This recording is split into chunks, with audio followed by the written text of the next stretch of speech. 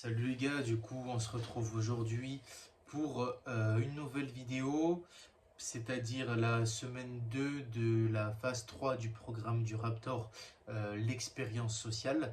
Donc pour rappel, c'est le programme qu'il a lancé euh, pour les bonnes résolutions pour la nouvelle année qui a débuté à partir de janvier, qui dure 3 mois et qui se décompose du coup en 3 phases. La phase 1 qu'on a déjà faite, la deuxième et la troisième. Donc là c'est le bilan de la deuxième semaine de cette phase 3 du programme du Raptor. Donc cette semaine 10, on va affiner les réglages pour maximiser les résultats. À ce stade, vous avez déjà posé des bases solides, mais l'objectif de cette semaine est d'affiner chaque levier pour qu'il tourne à plein régime. On va optimiser votre sommeil en ajustant le timing et la digestion, stabiliser votre énergie en contrôlant intelligemment la caféine, rendre votre travail plus efficace en structurant vos sessions de concentration et réduire le stress en adoptant une approche proactive et ciblée. Ce sont des ajustements subtils mais puissants qui feront toute la différence dans votre progression. Donc on va commencer par le premier grand point qui est le sommeil. On va optimiser chaque nuit pour une meilleure récupération. Donc le repas du soir et son impact sur le sommeil. Il existe deux écoles concernant l'alimentation avant le coucher. Il y a le repas léger, donc certains prennent un dernier repas léger environ 2 à 3 heures avant le coucher pour éviter d'aller dormir avec l'estomac trop rempli. Le problème c'est que si vous avez faim, votre estomac va gargouiller et vous ne penserez qu'à ça, ce qui rend l'endormissement difficile. Et il y a la deuxième école où là c'est les repas copieux et c'est l'approche du Raptor et celle qui recommande, qui consiste à prendre un bon repas à 4 heures avant d'aller dormir. Pourquoi? Parce que vous serez rassasié sans être en pleine digestion au moment de vous coucher. Et cela, du coup, évite de vous réveiller en sueur, d'avoir un sommeil agité ou des réveils nocturnes dus à une digestion en cours. Les erreurs à éviter absolument, du coup, c'est de manger trop tard. Par exemple, après 21 heures si vous vous couchez à 23 heures. Un repas trop proche du coucher détruit la qualité du sommeil, digestion difficile, nuit agitée, sommeil peu réparateur. Bon, pour ma part, vous savez, je suis en alternance, je suis en première année de master et j'ai des horaires décalés parce que je travaille en salle de sport. Ce qui fait que le soir, je finis souvent autour de 20h30. Donc le temps de bouffer chez moi, en plus je compte les calories, je pèse avec la balance. Et les calories, je les compte avec l'application MyFitnessPal, hein, l'application que du coup il recommande de télécharger le Raptor dans son programme. Et ce qui fait que, bon, bref, je finis souvent de terminer de bouffer entre 21h30 et 21h50. Donc, ça, c'est encore quelque chose qu'il faut que moi, personnellement, je retravaille. Quand je suis en cours, bien sûr, je peux manger beaucoup plus tôt, mais ça, c'est quelque chose vraiment sur lequel il faudra que je fasse des modifications après ce travail, après cette alternance à partir de la rentrée septembre 2025 pour moi. Mais donc si vous pouvez manger plus tôt, évidemment, faites-le tout simplement.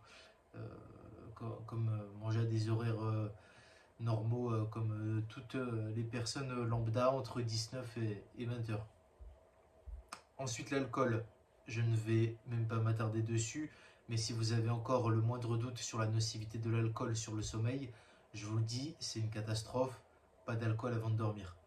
Donc là, évidemment, moi, je bois presque jamais d'alcool que pour des grandes occasions, mais en plus, pour ceux qui boivent de l'alcool avant d'aller dormir, en plus, tous s'y boivent tout seuls, sans être accompagnés de gens ou quoi, je pense que là, on est sur des cas quand même très particuliers. Si vous écoutez mes vidéos, je pense que vous en faites pas partie, donc je pense pas que vous soyez concerné là-dessus. Ça me paraît être tout à fait, je n'arrive pas à retrouver le mot, mais tout à fait normal, logique, quoi. Gérer les pensées envahissantes avant de dormir. On a tous vécu ces nuits où impossible de s'endormir car notre cerveau tourne en boucle sur des soucis, des projets, des situations mal gérées. Pourquoi? Parce que votre cerveau vous envoie un signal, il vous dit qu'il y a un problème non résolu et qu'il faut y réfléchir. Solution, écrire ses pensées dans un carnet avant de dormir, noter ce qui vous préoccupe, poser le problème clairement.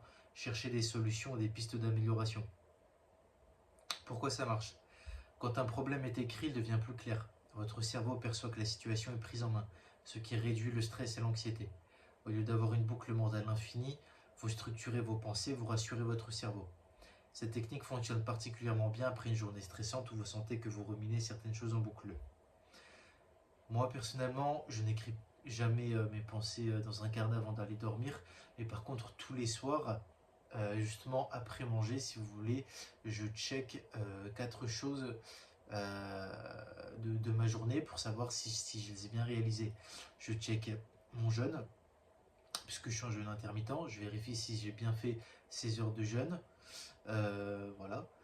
Entre la veille du soir, par exemple, si je fais une bouffée à 21h40, est-ce que j'ai bien récupéré de bouffer à 13h40?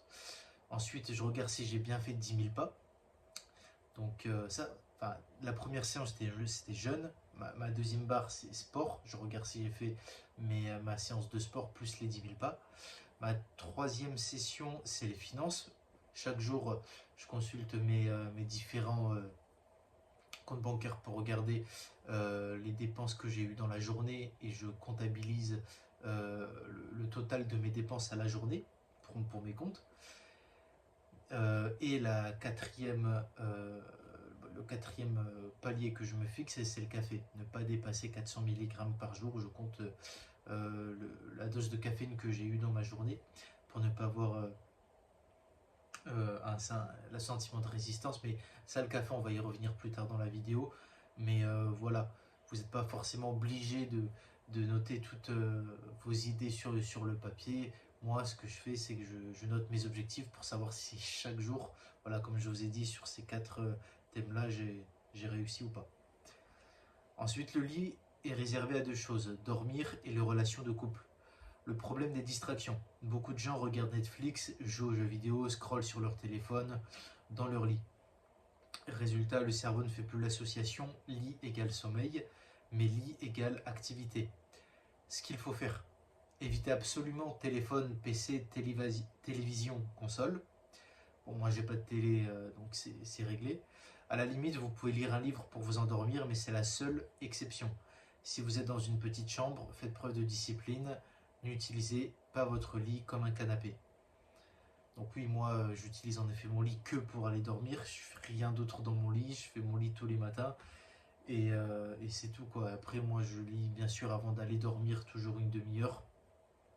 Parce que ça aide grandement à l'endormissement. Puis de toute façon, je coupe tous les réseaux sociaux et tous les écrans 1 heure avant d'aller dormir. Ça fait partie de la semaine précédente qu'il y avait des choses à mettre en place dans le programme du Raptor. Donc voilà. Aussi, le fait d'avoir une chambre fraîche. Moi, ma chambre, elle est à 18 degrés. Parce qu'il faut avoir une chambre entre 16 et 20 degrés qui soit fraîche. Ça aide à l'endormissement. Évitez les réveils nocturnes inutiles. Donc là, toujours uriner avant de dormir. Beaucoup de gens oublient. Et c'est ce qui cause un réveil en plein milieu de la nuit, souvent difficile à récupérer ensuite. Donc oui les gars, toujours aller pisser avant d'aller dormir. En plus moi, c'est affreux, je me réveille vraiment quasiment toutes les nuits comme un vieux, genre entre 4 et 6 heures du mat pour aller pisser. Genre, donc j'ai vraiment arrêté. J'ai arrêté de boire des infusions le soir parce que je buvais une infusion le soir et tout. J'ai complètement arrêté. Ça m'a permis d'éviter quand même d'aller moins aux toilettes la nuit. Mais vraiment là, j'ai pris l'habitude de toujours pisser un bon coup avant d'aller au bed, comme on dit. Et attention à l'hydratation excessive en fin de journée. Donc voilà, là il y revient. Donc boire trop d'eau le soir, tisane, thé, eau en grande quantité, parce que ça fait un réveil nocturne garanti. Moi, c'est vrai, au travers de mon expérience, je peux vous le garantir. Buvez normalement, mais évitez de boire 1 litre avant d'aller vous coucher. Vous voulez éviter de couper votre sommeil juste pour aller aux toilettes. Bonus, la lumière du coucher du soleil pour optimiser votre rythme circadien. Vous le faites déjà le matin en allant voir la lumière du soleil dès le réveil. Donc la balade tous les matins pour regarder le ciel, pour le rythme circadien. Maintenant, essayez aussi de vous exposer à la lumière naturelle du coucher du soleil. Donc là, oui, je m'y suis essayé beaucoup cette semaine.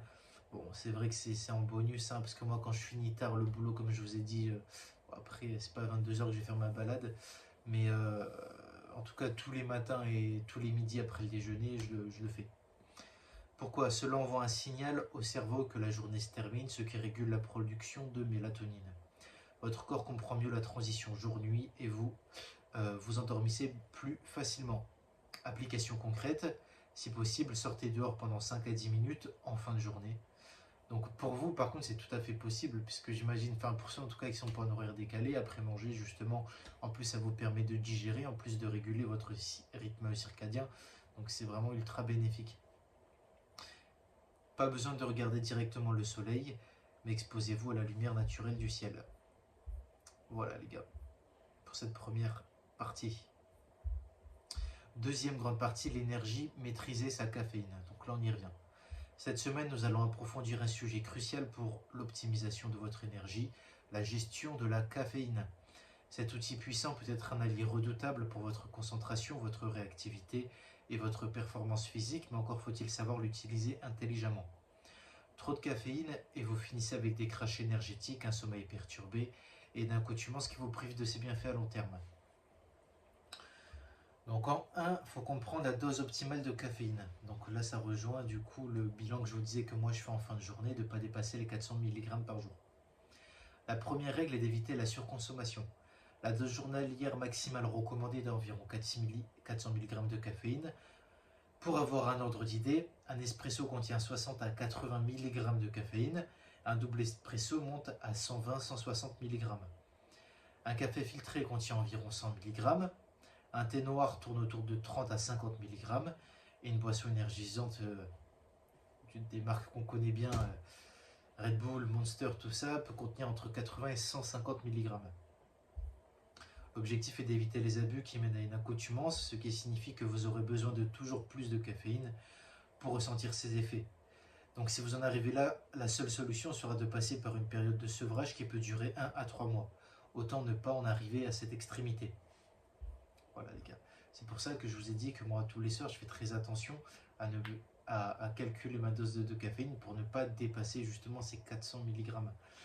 Voilà, de répartition stratégique de la caféine sur la journée.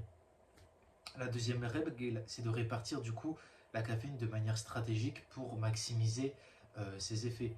La caféine ayant une demi-vie d'environ 6 heures, elle reste présente dans l'organisme longtemps après l'ingestion. Pour éviter qu'elle ne perturbe votre sommeil, voici le protocole à suivre. Le matin, 1h à 1h30 après le réveil, votre première et plus forte dose de caféine.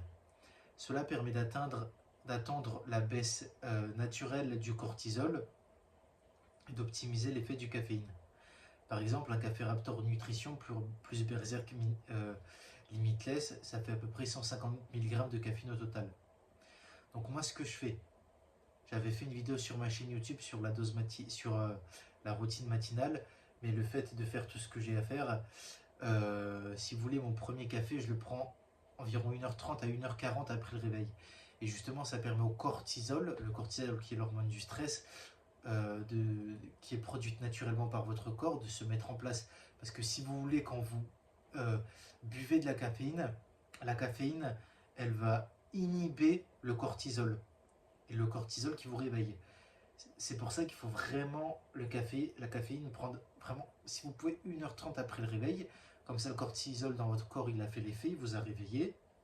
Et ensuite, le caféine prend le relais. Alors que si vous réveillez directement, que vous prenez votre dose de caféine avec un espresso, la caféine, ça va inhiber la cortisol. Et après, vous allez avoir un putain de gros crash. Et ça, il ne faut surtout pas le faire. Donc, dans votre habitude, 1h30 après le réveil, 1 à 1h, vous prenez votre premier café. Et après, il disait le café Raptor Nutrition plus Berserk Limitless. En fait, le café Raptor Nutrition, donc c'est le café que vous pouvez c'est les produits que vous pouvez retrouver sur le site Raptor Nutrition du Raptor. Du coup, c'est un café, il y a 80 mg de caféine pour 5 grammes, une dose de 5 grammes, hein, avec 160 mg je sais plus comment ça s'appelle, mais c'est le principe actif qu'on retrouve dans le thé vert. Et en fait, ça, c'est une des choses les plus étudiées scientifiquement, qui fait que le double de la dose de cette substance de théine, donc 160 mg par rapport à 80 mg de café, ça permet d'augmenter considérablement la concentration, l'optimisation, les facultés cérébrales, et de ne pas ressentir les effets de, comment dire, un peu, vous êtes un peu perturbé, un peu énervé de la caféine. En fait, ça permet d'avoir une concentration qui soit lisse comme ça, comme un lac stable. Et la sensation, si vous avez jamais essayé, je vous recommande vraiment, c'est formidable. Et Berserk Limitless, pareil, c'est un complexe actif qui permet d'augmenter la concentration, et tout ça. Je vous laisserai regarder sur le site du Raptor. Je vais pas trop épiloguer là-dessus parce que c'est un peu long à expliquer. Mais moi là, par exemple, je suis sous café Raptor Nutrition et Berserk Limitless. Depuis que je travaille depuis ce matin, depuis 9h30, ça fait 3 heures. Et ma concentration est toujours... enfin, je suis toujours vraiment très élevé, vous voyez. Et comme je vous ai dit, le matin, c'est la période, la fenêtre d'Einstein, la fenêtre où le corps humain est le plus productif. Donc, il faut vraiment profiter du matin et des effets de ces produits pour être le plus productif possible, accomplir le plus de choses possible. Ensuite, midi, donc vers 12h, une deuxième dose plus modérée. Par exemple, un simple espresso de 70 mg. Et l'après-midi, vers 16h, uniquement les jours d'entraînement.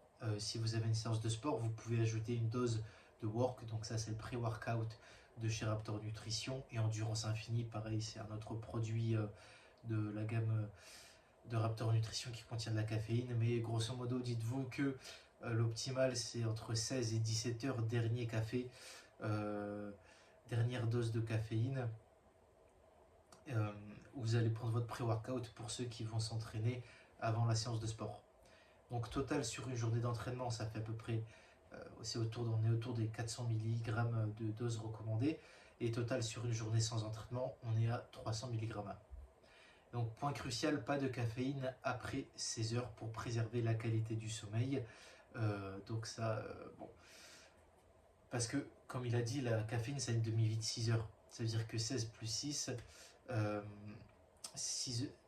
vous aurez éliminé la moitié de la dose de caféine dans votre sang, dans votre veine, donc à 17, 18, 19, 20, 21, à peu près 22 heures. Donc il ne faut pas vraiment prendre de caféine vraiment plus tard que ça, sinon après ça va perturber votre sommeil. Et en 3, le bonus, la marche digestive. Pour maximiser votre énergie au quotidien, je vous recommande d'ajouter une marche de 10 à 15 minutes après le repas de midi. Donc là, c'est ce que je vous disais, que moi je fais tout le temps. Cette habitude a plusieurs avantages. Ça améliore la digestion, ça permet une exposition à la lumière du soleil qui favorise la vitamine D et la régulation du rythme circadien. Et ça relance la circulation sanguine et prépare le corps pour l'après-midi. En 4, résumer et appliquer. Dès cette semaine, mettez en place ces ajustements. Fixez une limite de caféine de 300 mg par jour sans sport ou 400 mg par jour avec sport. Espacez stratégiquement vos prises. Une dose forte le matin, une dose modérée à midi et une dernière dose si sport vers 16 heures. Si vous pouvez pas, si vous êtes obligé de faire après 16 heures, faites après 16 heures. Moi je m'entraîne à 18h30 quand j'ai boxe, donc moi ma dernière dose elle est à 18h. Souvent du coup ça fait que je m'endors vers, je vais me coucher à 23h30, un peu plus tard que mes 23 heures de d'habitude. Donc voilà, ça fait 5h30 après. Mais la dose de sport, quand vous vous donnez à fond, il faut se donner à fond, ça tamponne pas mal la caféine, donc vous dormez quand même bien après le soir. Et ne prenez pas de caféine immédiatement au réveil, attendez, comme je vous dis, 1h30 après le réveil. Ajoutez une marche post-repas de 10 à 15 minutes pour booster votre énergie naturelle. Mettez tout ça en place et observez la différence dans votre énergie et votre concentration. Voilà les gars. Bon, en tout cas, ça fait des merveilles sur moi. Donc appliquez tout ça cette semaine, dès demain, dès lundi, et vous m'en direz des nouvelles. N'hésitez pas à faire je le dis jamais, mais des retours dans les commentaires pour savoir si depuis le début de l'expérience sociale, quand même, normalement vous devez avoir des différences radicales, hein. Vous devez vraiment plus être la même personne depuis le début, hein. Voilà. Et On va passer maintenant au troisième grand axe, la productivité, travailler plus efficacement. Donc nous allons optimiser la façon dont vous travaillez pour que chaque session soit plus efficace, plus intense et plus productive. Le but est de tirer le maximum de valeur du temps passé à travailler. Vous allez structurer vos sessions de travail avec des méthodes prouvées et supprimer les distractions qui plombent votre efficacité. 1. L'importance d'un espace de travail épuré. On en a déjà parlé, mais il faut que vous affiniez encore votre environnement de travail. Votre champ de vision doit être vide de toute distraction, rien ne doit vous distraire. Pas de console de jeu ou de TV en face de vous. Bon, moi, j'ai pas de télé ni de console. Je joue pas aux jeux vidéo, donc pas de souci là-dessus. Pas de téléphone en vue, idéalement caché dans une autre pièce. À chaque fois que je travaille, moi, mon téléphone, je le mets derrière moi ou je l'enlève de mon espace de vue pour que justement il n'attire pas mon attention. Et pas d'objet qui vous rappelle des distractions inutiles. J'en sais rien, si moi ça peut être un manga par exemple dans le coin de ma table, quoi que ce soit qui peut vous distraire, un jeu ou quoi, vous l'enlevez. Vous devez être focus sur votre boulot. Et rien ne doit vous distraire, vous dissiper, vous empêcher d'être focus. Astuce, si possible, placez votre bureau face à un mur, c'est ce que je fais. C'est la meilleure solution pour éviter toute distraction. Vous devez créer un environnement qui vous donne envie d'être focus. 2. La technique des 2 minutes pour vaincre la procrastination. Donc la technique des 2 minutes, ça consiste à commencer immédiatement une tâche en disant je ne fais que 2 minutes. Pourquoi? Parce que le plus dur, c'est de s'y mettre. Une fois lancé, vous verrez que le reste suivra naturellement. Application, quand vous ressentez une résistance à commencer un travail, dites-vous simplement je vais juste ouvrir le document et voir. Donc moi ça je l'applique notamment pour quand je fais le ménage, putain, parce que je suis obligé une fois par semaine de faire 1 heure de ménage et le repassage, j'ai pas envie mais je m'y mets 2 minutes et au final bon bah je finis par le faire et ça part sur 1 heure quoi. 3. La structure des sessions de travail deep work, donc travail profond en français quoi. Les humains ont une capacité de concentration limitée. La durée idéale c'est 1 à 1h30 de travail intensif. Temps de mise au point 5 à 10 minutes, le cerveau se met en mode focus. Pause stratégique après une session de 1h30 de travail, c'est 15 minutes, 10 à 15 minutes. Comment appliquer le deep work? Vous démarrez du coup une session de travail avec un objectif clair. Supprimez toute distraction externe, téléphone ou notification, bruit. Utilisez un chronomètre si besoin mais pas obligatoire, moi je le fais. Prenez une vraie pause une fois la session terminée, mais pas en vous perdant sur YouTube. Moi je fais même des sessions de 1h45 de travail, donc je supprime toutes les distractions, je mets mon chronomètre et après la session de 45 minutes, je fais mes 15 minutes de pause. Et donc tous les matins, je fais, enfin le week-end et le matin quand je ne travaille pas, puisque je suis en horaire décalé, souvent je fais 13h, 20h30 comme je vous ai dit, je fais 1h45, 15 minutes de pause, 1h45. Et ça permet vraiment de... Vous savez, moi l'objectif c'est de chaque jour être 1% meilleur et chaque jour me rapprocher de mes objectifs. Et faire ça, ça permet vraiment d'augmenter et de le faire le week-end aussi. Ça fait que vous avez 2 jours d'avance sur les gens qui ne travaillent que 5 jours sur 7. À la fin de l'année, vous avez accumulé une différence colossale par rapport aux gens qui ne le font pas en termes de quantité et de qualité de travail. En 4, comment structurer une pause pour être plus efficace? Après 1h30 de travail, une pause est nécessaire. Mais attention à ce que vous faites pendant cette pause. Ne regardez pas de vidéos. Une pause passive où vous scrollez sur Instagram ou regardez un live Twitch va vous faire perdre du temps et tuer votre focus. Marchez un peu, étirez-vous, hydratez-vous, sortez de votre bureau, respirez un coup. Ouais, moi je prends le soleil quand il fait beau, je vais un peu dehors, je bois, je marche un peu, bon voilà. Vérifiez rapidement vos messages, mais ne vous laissez pas aspirer par une discussion. Donc, grosso modo, n'utilisez pas votre pause de 15 minutes en faisant de la merde. 5 techniques avancées, arrêtez une session en plein milieu. Astuce puissante, arrêtez-vous en plein milieu d'une tâche, exemple en plein milieu d'une phrase si vous écrivez. Pourquoi? Parce que votre cerveau va continuer à travailler dessus inconsciemment et créer une envie de reprendre l'activité. Ça, je l'ai mis en place justement dans mes lectures, puisque je lis beaucoup de livres, c'est très important, et donc je m'arrête en milieu de chapitre, en milieu de phrase ou quoi, et ça me donne envie après de récupérer, ou même quand j'écris quoi que ce soit, quand j'écrivais mes vidéos YouTube avant de me filmer directement en facecam comme depuis la semaine dernière, bah, j'ai arrêté au milieu d'une phrase pour récupérer, ensuite me donner envie d'aller récupérer et de continuer mon activité. 6. La technique Pomodoro, bonne ou mauvaise idée. La technique Pomodoro consiste à travailler par bloc chronométré, 25 minutes de travail, 5 minutes de pause, et après 4 blocs, on fait une pause plus longue. Donc ça, l'avis du Raptor, utile pour ceux qui ont du mal à s'y mettre, mais trop rigide pour un travail profond. Ne fonctionne pas si vous êtes déjà concentré. Donc si vous avez du mal à rester focus longtemps, vous pouvez essayer. Mais si vous êtes déjà dans un bon rythme, pas besoin de Pomodoro. Quand vous êtes focus, ne vous arrêtez pas à cause d'un timer. Bah, vous savez, en fait, moi, j'utilisais la méthode Pomodoro justement jusqu'à dimanche dernier. Et je faisais justement à chaque fois des blocs de 25 minutes de travail, 5 minutes de pause. Et j'ai arrêté. Et depuis toute cette semaine, parce que depuis toute cette semaine, je fais la méthode de fonctionnement du Raptor de 1 minute 45 de travail. Et c'est vrai qu'en fait, je suis beaucoup plus concentré dans mon rapport, dans mon travail, en faisant la méthode du Raptor. Parce qu'en fait, les 5 minutes, à chaque fois, ça me cassait dans le rythme. Et en fait, bah, je vais toujours continuer comme ça. Hein. Je vais complètement arrêter la méthode Pomodoro, bien qu'elle était quand même très utile. Mais là, je trouve que je suis beaucoup plus euh, comment dire, immergé dans ma tâche et dans mon travail en faisant des gros blocs d'1h45 sans pause. C'est vraiment meilleur. Après, ça à essayer en fonction de chacun. Voyez ce qui marche pour vous, bien sûr. Et enfin, puisque la vidéo est déjà longue, on est quasiment à 27 minutes, la testostérone, qui est le dernier point de cette vidéo, gestion du stress. Cette semaine, nous allons nous concentrer sur un élément fondamental de l'optimisation de la testostérone, la gestion du stress. Le stress est un destructeur de testostérone. Plus vous êtes stressé, plus votre production de cortisol augmente, ce qui diminue vos niveaux de testostérone.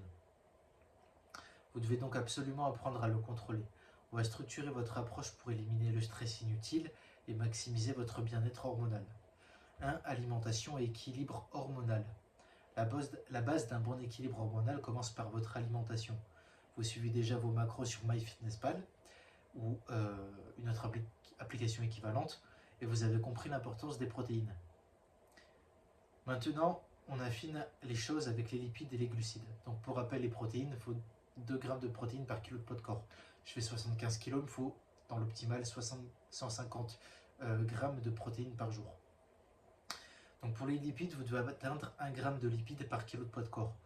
Donc par exemple, moi je fais 75 grammes, 75 kg, donc il me faut 75 grammes de lipides chaque jour.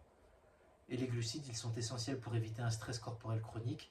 Ne tombez pas dans un régime cétogène inutilement. Un régime cétogène, c'est un régime dépourvu presque de tout glucide, sauf raison médicale. Pourquoi? Les lipides nourrissent votre système hormonal.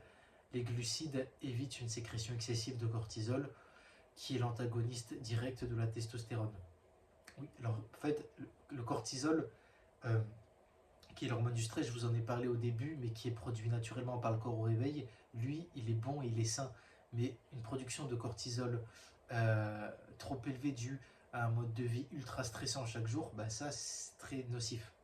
Et ça a des effets très pervers pour votre santé. Enfin, un excès de gras corporel, donc en gros c'est un gros tas, ça favorise l'enzyme aromatase qui transforme votre testostérone en oestrogène.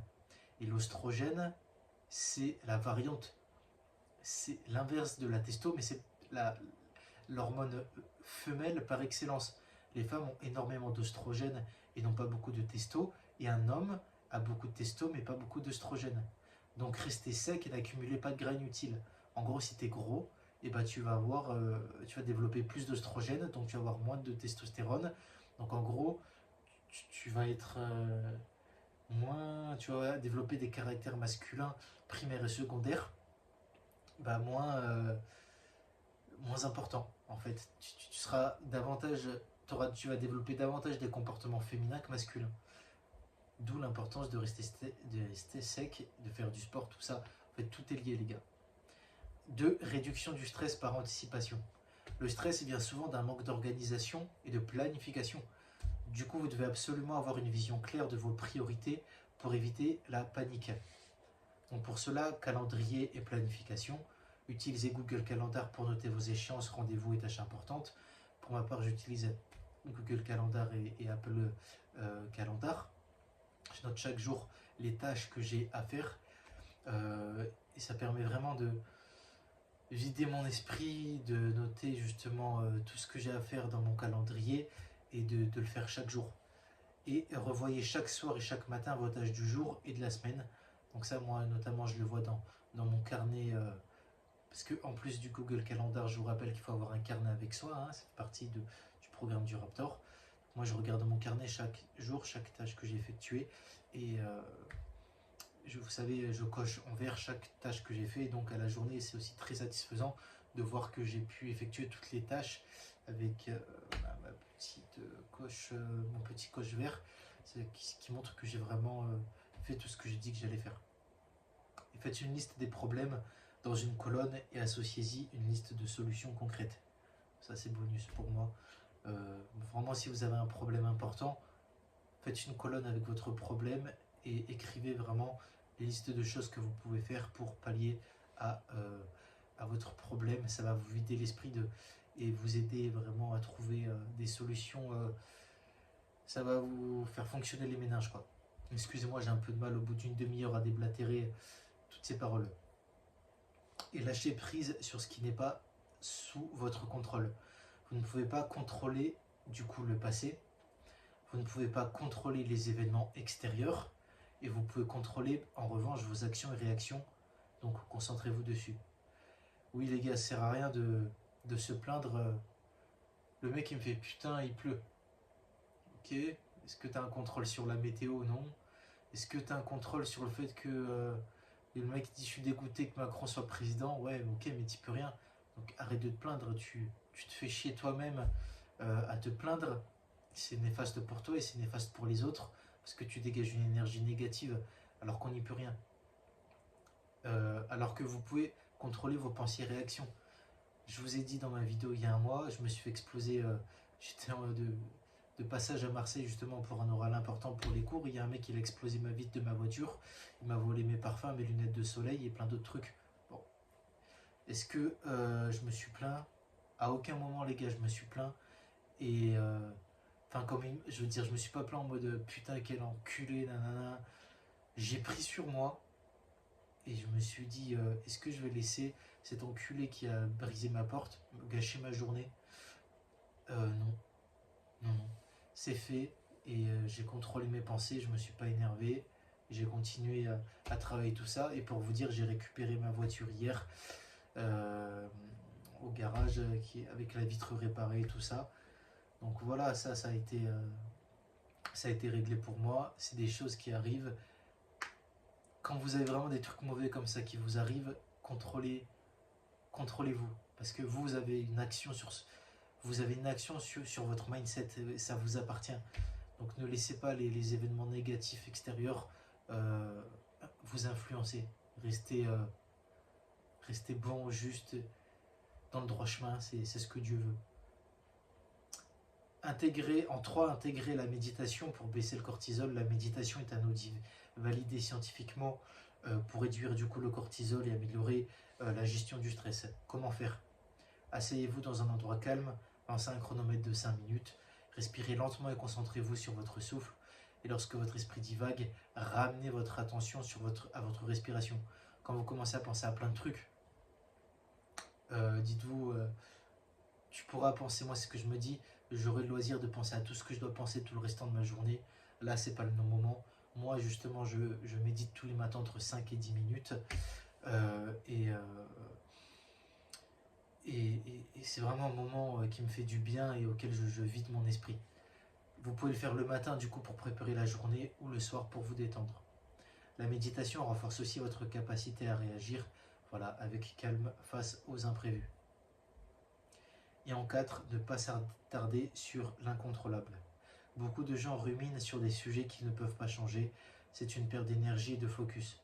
Exemple d'incontrôlable, la météo, l'opinion des autres, les résultats d'un examen déjà passé, l'élection d'un président. Bon, voilà. Exemple de contrôlable, vos habitudes alimentaires, votre temps d'étude, donc de travail ou d'entraînement, le sport, vos actions quotidiennes. Ça, c'est des éléments sur lesquels vous avez la main mise tous les jours. C'est pour ça que moi, je vous dis tous les soirs, je mets sur mon carnet le jeûne, le sport, le café et les finances. Est-ce que j'ai bien réussi?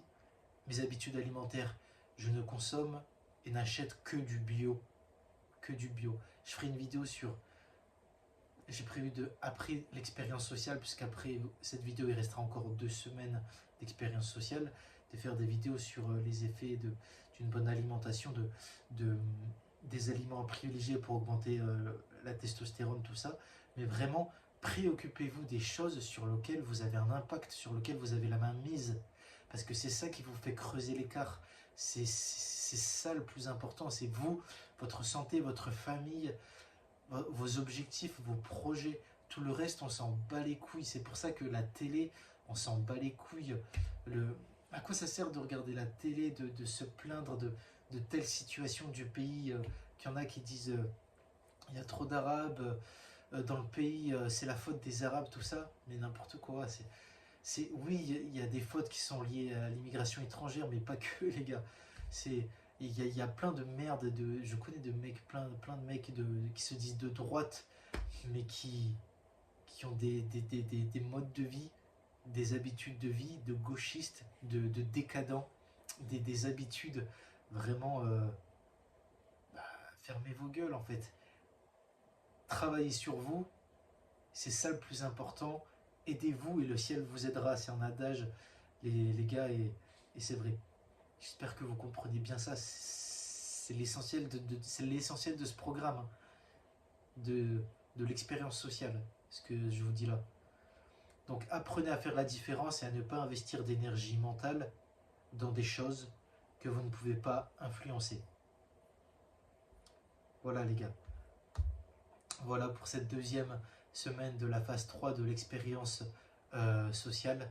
Merci de m'avoir écouté jusque-là. Je vais vous faire très rapidement mon bilan parce qu'on est à quasiment 40 minutes de vidéo.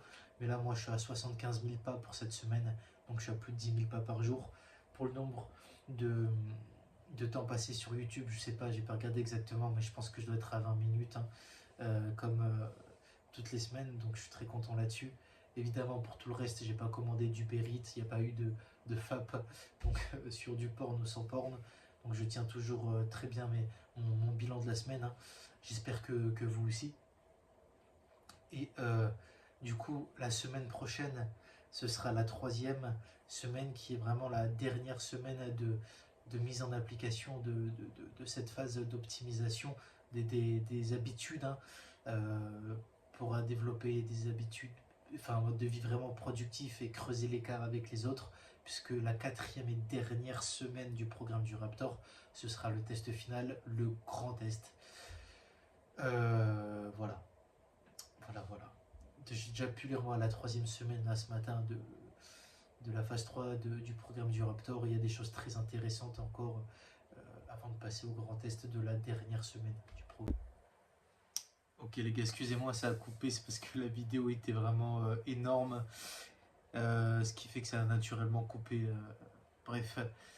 En tout cas, merci de m'avoir écouté. Et puis on se retrouve, je disais, dimanche prochain pour donc l'avant-dernière vidéo du programme de l'expérience sociale déjà. Encore merci à vous de m'avoir écouté et à bientôt les gars. Salut et bon courage pour cette semaine qui arrive, ça va le faire.